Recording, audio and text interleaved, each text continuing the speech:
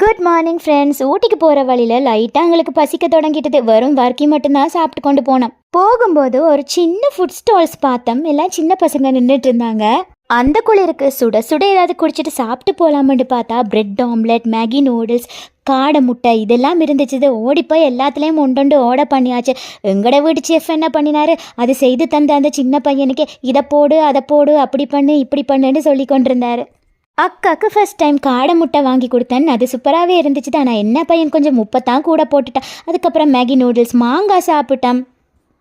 இதெல்லாம் சாப்பிட்டுட்டு சுட சுட ஏதாவது குடிக்கலாம்னு பார்த்தா உண்டையும் காணையில். சரி சோடா போத்தில் மட்டும் வாங்கியாச்சு. நான் அங்கே ஊட்டியில் நின்ற வரைக்கும் அப்சர்வ் பண்ணினது என்னென்னா, நிறைய மலையாளிஸை தான் பார்த்தேன். இந்த கோயம்புத்தூரில் எங்கே பார்த்தாலும் வடக்கன்ஸ் தான் இருப்பாங்க போல இருக்கு. அங்கே கூட்டமாக நின்றுட்டு இருந்தாங்க. அவங்களோட சேர்ந்து சாப்பிட்டுட்டு இப்போ நாங்கள் தொட்டப்பிட்டாக்கு வந்துட்டோம். சரி, அங்கே என்னெல்லாம் பார்த்தோம் என்னெல்லாம் செய்தோம்ன்றதை உங்களுக்கு நான் அடுத்த விளாக்ல காட்டுறேன். See you.